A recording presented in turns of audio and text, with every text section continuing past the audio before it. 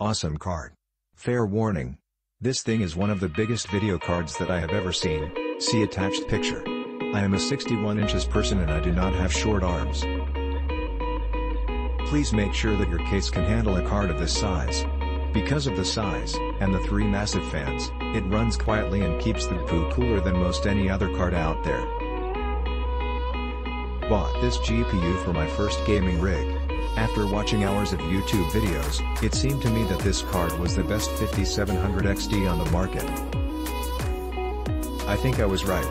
I've had it for several weeks now, and after spending even more time reading about overclocking, undervolting and otherwise fine-tuning, I've come to the conclusion that this card is so well optimized out of the box, that there really is not much to do if you're into fine-tuning. If you're like me, and you just want great performance without having to learn how to overclock or otherwise modify your hardware, you'd highly recommend the Sapphire NITRO Plus SE5700 XT. I could maybe recommend setting a little more aggressive fan curve to keep it cooler. The RGB looks great, and you can turn it off/dial it in with Sapphire tricks. Only cons I can think of. It's large, takes up a lot of room in the case, and you want to make sure it has room to breathe.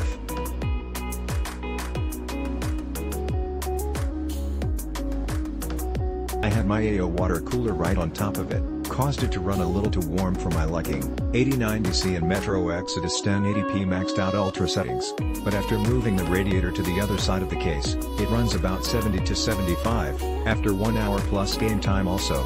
Buy a GPU support braced for it, the LAR. Beautiful card, the lighting is stunning, yes it's very large.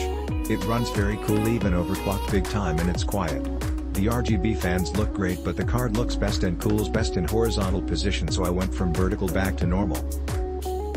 Install the latest Windows updates, clear any old boot drivers, then install your 5700 XT, install drivers. AMD should include detailed instructions as this is the only way to have working drivers. Even still, I have to use MSI Afterburner to control my fans.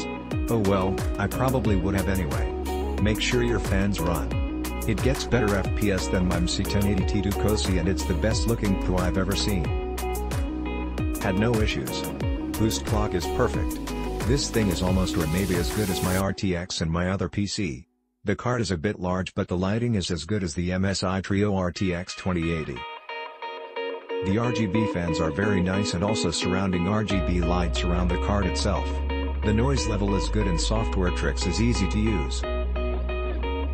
This has got to be the best looking RX 5700 XT out there with the best reviews on YouTube and also rated as the best RX 5700 XT for thermal and performance and overclocking.